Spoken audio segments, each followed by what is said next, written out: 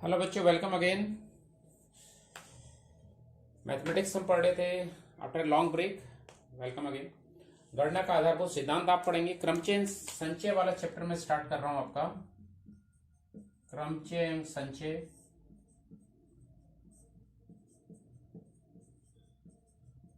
Permutation and combination हम पढ़ेंगे। और इसमें जो इसका पहला टॉपिक आपको पढ़ना है, गणना का आधारभूत सिद्धांत या फंडामेंटल प्रिंसिपल ऑफ काउंटिंग। ये क्या होता है, सिंपली आप इसको समझ सकते हैं। सपोज मान के चलते हैं आपके पास 3 पैंट हैं पहनने के लिए और कमीज या शर्ट आपके पास है 4। 3 पैंट हैं और 4 कमीजें हैं, तो आप कितने प्रकार से इनको पहन सकते हैं। 3 पैंट को आप इस प्रकार से मान सकते हैं, ट्राउजर 1, ट्राउजर 2, ट्राउजर 3। ठीक है, ऐसी शर्ट 1, शर्ट 2, शर्ट 3, शर्ट 4, ये आपके। तो पहला प्रकार है, अब ट्राउजर 1 के साथ इस शर्ट को पहनिए। दूसरा प्रकार है ट्राउजर 1 के साथ shirt 2, trouser 1 shirt 3, trouser 1 shirt 4। ऐसी trouser 2 shirt 1, trouser 2 shirt 2, trouser 2 shirt 3, trouser 2 shirt 4, trouser 3 shirt 1, trouser 3 shirt 2, trouser 3 shirt 3, trouser 3 shirt 4। तो ये प्रकार है आपके पास। इतने ढंग से आप इनको पहन सकते हैं। तो आपके पास 3 ट्राउजर हैं और 4 शर्ट हैं, तो आप इनको कुल मिला के 12 प्रकार से, 12 प्रकार से इनको पहन सकते हैं। तो यही गणना का आधारभूत सिद्धांत है, फंडामेंटल प्रिंसिपल ऑफ काउंटिंग है। वो ये है, यदि कोई घटना है, यदि कोई घटना m प्रकार से घटती है, ठीक है, कोई घटना है, कोई इवेंट है, वो m प्रकार से घटित होता है, m प्रकार से घटित होता है। एक दूसरी घटना है, वो n प्रकार से घटित होता है। ठीक है, n प्रकार से घटित होते हैं। तो दिए हुए क्रम में दोनों घटनाओं के भिन्न तरीके से घटित होने के जो तरीके हैं वो m क्रॉस n है। ठीक है, इस प्रकार के क्वेश्चन हम करेंगे। अगर 3 घटनाएं हैं, एक m प्रकार से घटित हो रही है, एक n प्रकार से हो रही है, एक p प्रकार से हो रही है, तो कुल जो प्रकार हैं उनको घटित होने के वो m into n into p हो जाएंगे।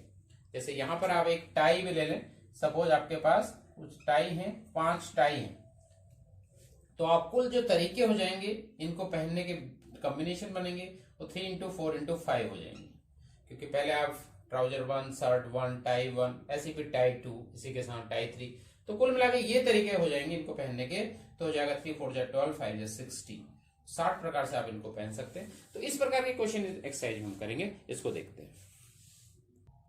देखिए, एक्सरसाइज 7.1 का पहला क्वेश्चन है। क्वेश्चन ये है कि आपके पास 5 अंक दिए हैं। You have given 5 numbers 1 2 3 4 and 5।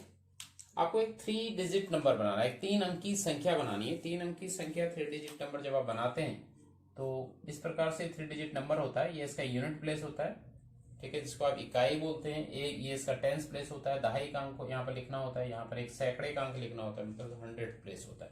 तो एक 3 डिजिट नंबर आपको बनाना है।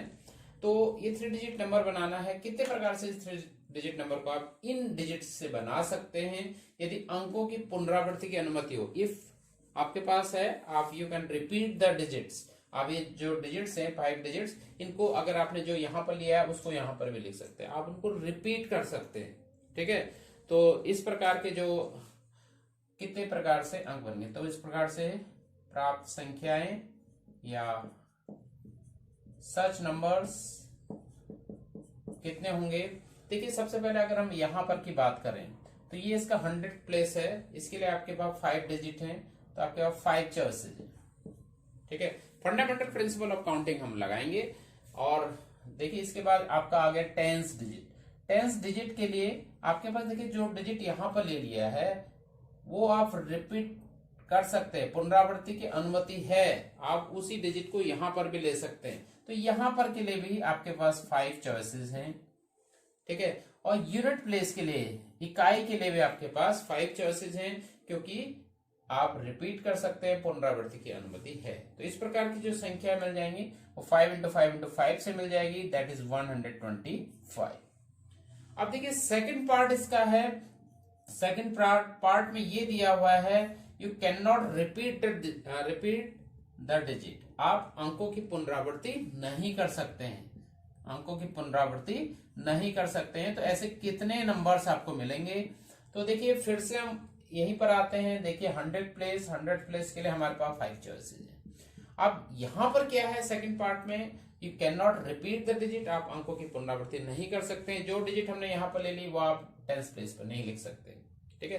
तो यहां के लिए हमारे पास 4 चॉइसेस बची, ठीक है। अब एक नंबर आपने यहां ले लिया, एक यहां ले लिया, तो यहां पर के लिए आपके पास चॉइसेस रहेगी 3, ठीक है। अगर पुनरावृत्ति की अनुमति नहीं है तो fundamental of principle of counting से इसको हम निकालेंगे, लेकिन चॉइसेस घटते जाएंगे, ठीक है। यहाँ पर 5 चॉइसेस, 4 चॉइसेस, 3 चॉइसेस, तो ये आ गया इसका आंसर। इनको मल्टीप्लाई करके दैट इज 60। सेकंड क्वेश्चन है, आपके पास डिजिट्स यहाँ पर है 1 2 3 4 5 6, लेकिन आपको क्या बनाना है? आपको एक 3 डिजिट का इवन नंबर बनाना है, 3 अंक की सम संख्या बनानी है, 3 अंक की सम संख्या आपको बनानी है। तो ये आपके पास 3 प्लेसेस हैं। ये प्लेस को आप बोलते हैं, क्या बोलते हैं? सैकड़े का प्लेस या 100 place, it is 10th place या दहाई का अंक, और ये है आपका 1st प्लेस या इकाई का। देखिए जब सम संख्या होगी तो ये 1st प्लेस पर आपका क्या होना चाहिए? कोई सम नंबर होना चाहिए। तो आउट ऑफ दीज 6 अगर आप इनको देखेंगे तो ये 2 4 या 6 यही यहां पर आप लिख सकते हैं। यहां पर ये जरूर दिया है पुनरावृत्ति की जा सकती है, you can repeat the numbers, ठीक है। तो प्राप्त संख्याएं आप लिखेंगे, सच नंबर्स कितनी हो जाएंगी?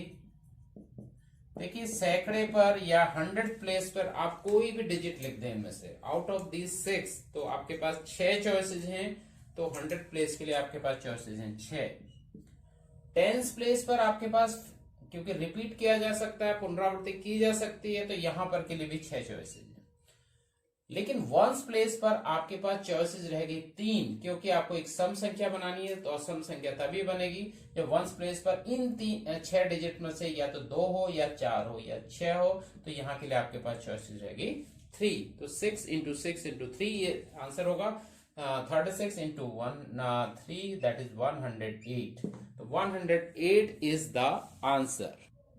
नेक्स्ट क्वेश्चन है, अंग्रेजी वर्णमाला के प्रथम 10 अक्षरों में से कितने 4 अंक के कोड बनाए जा सकते हैं? तो आपको कोड बनाने हैं, 4 डिजिट के कोड बनाने हैं इस प्रकार से। और क्या लेना है?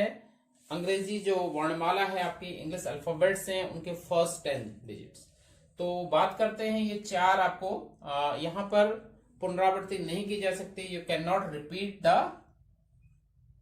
जो भी आपके वॉवल्स है, कंसोनेंट है, वो आप रिपीट नहीं कर सकते। तो चॉइसेस की बात करते हैं, तो इसके लिए आपके पास 10 चॉइसेस, ये कम होते जाएंगे क्योंकि रिपीट नहीं करना है। तो ये कोड आपको मिल जाएंगे, क्योंकि इसके लिए आपके पास 10 चॉइस हैं। जो यहाँ ले लिया वो रिपीट नहीं होना है, तो यहाँ के लिए 9 चॉइस होगी, यहाँ के लिए 8 चॉइस होगी, और इसके लिए 7 चॉइस होगी। तो ये आपको सर्च कोड्स जो मिलेंगे, कुल मिला के जो मिल जाएंगे कोड्स, इतने मिल जाएंगे।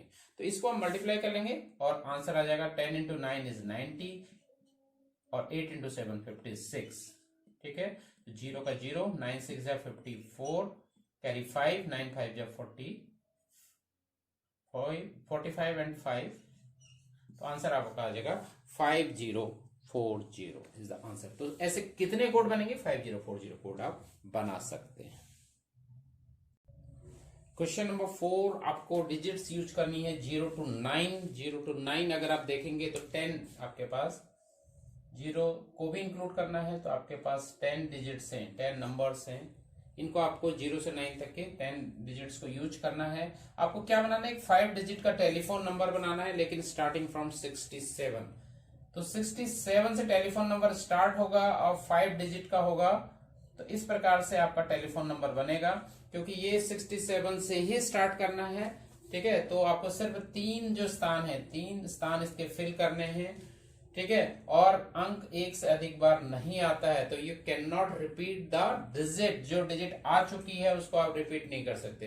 देखिए टोटल 10 चॉइसेस थी, 10 चॉइसेस में से दो चॉइसेस ऑलरेडी फिल हैं, ये 6 और 7 आ चुका है, और यहाँ पर 6 और 7 भी नहीं आ सकता है। तो ये 3 आपके पास है और रिपीट भी नहीं करना है। तो सच टोटल टेलीफोन नंबर्स आपको निकालना है, टेलीफोन नंबर्स ये कितने हो जाएंगे? आप देखिए 10 चॉइसेस थी, 2 चॉइसेस कम हो गई, तो इसके लिए आपके पास बच गई 8 चॉइसेस। ठीक है, इसके लिए बच गई एक और चॉइस कम हो जाएगी क्योंकि रिपीट नहीं हो सकता, 7, और इसके लिए बच जाएगी 6। तो 8 इंटू 7 इंटू 6, इनको हम मल्टीप्लाई करते हैं, 56 इंटू 6, 6 6 जा 36, कैरी 3, 6 5 जा 30 एंड 3 336। तो 336 इस प्रकार के 336 टेलीफोन नंबर्स बनाए जा सकते हैं जो कि 67 से स्टार्ट होंगे और डिजिट्स रिपीट नहीं होने। हेलो, हाँ, 7.1 का 5th जो क्वेश्चन है, प्रत्येक सिक्का 3 बार उछाला जाता है। एक सिक्का है वो 3 बार उछाला जाता है। तो क्वेश्चन ये है कि और परिणाम अंकित कर ले जाते हैं, परिणामों की संभव संख्या क्या है। जब भी एक सिक्का उछालते हैं तो 2 डिजिट्स आर पॉसिबल। ठीक है, आपको पता है 2 डिजिट पॉसिबल है, एक है हेड और एक है टेल। या तो हेड आएगा या आएगा टेल, 2 चीजें पॉसिबल है। तो कहने का मतलब 2 परिणाम, संभव परिणाम है 2। तो एक सिक्का उछालने पर 2 संभव परिणाम, दूसरे सिक्का उछालने पर 2 और संभव परिणाम, और तीसरा सिक्का उछालने पर 2 और संभव परिणाम। अगर जो कहने का मतलब है दूसरी बार जब आप सिक्का उछालें तो पहले क्या आया है इससे कोई फर्क नहीं पड़ता है। तो कुल संभव परिणाम जो आ जाएगा, कुल संभव परिणाम वो हो जाएंगे 2 into 2 into 2, that is 8। That is इस ढंग से निकालो। नेक्स्ट और the last question of this exercise, इसमें आपको 5 झंडे दिए, 5 झंडे, 5 फ्लैग्स आपको दिए हैं। इससे आपको क्या करना है, एक संकेत बनाने हैं। संकेत 2 झंडों से बनाने हैं, एक झंडा जैसे यहां रखना है और एक झंडा ये नीचे रखना है इसके। तो ऐसे आपको कुल 2 झंडे लेके संकेत बनाने हैं। तो कितने संकेत बनेंगे ये क्वेश्चन है। 2 झंडों से एक संकेत बन रहा है। तो यहां पर के लिए जो चॉइसेज आपके पास 5 है, ये 5 चॉइसेज। आप क्योंकि जो झंडा यहां ले लिया वो यहां पर, तो आप इसको ले नहीं सकते दोबारा। ठीक है, 5 झंडे आपके पास है, तो यहां के लिए जो चॉइसेज रहे वो रहेगी 4। तो कुल जो संकेत बनेंगे, कुल प्राप्त संकेत जो हो जाएंगे वो हो जाएंगे 5 इंटू 4, दैट इज 20। ठीक है, तो ये एक्सरसाइज समाप्त होती है 7.1। गणना का आधारभूत सिद्धांत या फंडामेंटल प्रिंसिपल ऑफ काउंटिंग, इस पर आधारित ये एक्सरसाइज थी, ये हमने आपको आज बताई। तो आशा बहुत सिंपल एक्सरसाइज है, थोड़ा सा समझ लीजिए। तो आज के लिए इतना ही, नेक्स्ट डे फिर लेंगे। Thank you very much.